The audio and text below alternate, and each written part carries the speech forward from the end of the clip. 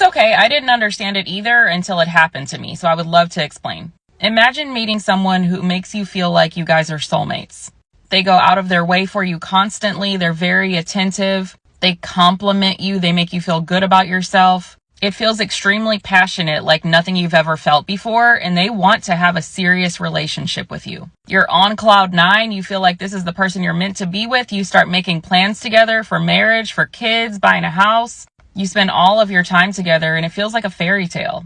And then over time, you start to see little glimpses of a different person that you don't recognize. It starts off as subtle remarks that offend you a little bit, but then when you talk about how it offends you, then they say that they were just kidding, so you think you're overreacting. And then over more time, these subtle remarks become more frequent. And then you start to notice that they're lying about things. But when you try to talk to them about it, somehow there's this circular language that ends up making you feel like you've done something wrong.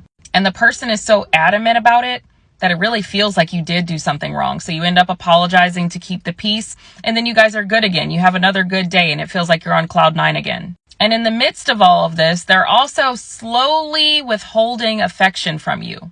It was on a level 10 when you met them, and then it goes 9, 8, 7, 6, 5. But when you bring it up, they say that's not happening. So then you think you're imagining it, and you just tell yourself, I think this is just how relationships work. Of course, that was just the honeymoon phase. We're not going to be like that all the time. But as they're slowly withholding affection from you, you become more desperate for it. Because that person that they showed you in the beginning was mind-blowingly amazing. And every now and then, they'll give you a glimpse of that person from the beginning. So you feel like that person is real. And you feel like it's possible to get that person back fully. So you end up trying really, really hard to please them to get that person back from the beginning. But it seems like the harder you try, the more they pull away, which causes you to try harder. Meanwhile, while you're desperate to get that person back from the beginning that you fell in love with, they're slowly and insidiously being abusive. They're verbally abusing you here and there. They're gaslighting you about everything. They're making you feel like everything that you feel is wrong, everything that you think is wrong. They're twisting your sense of reality and distorting it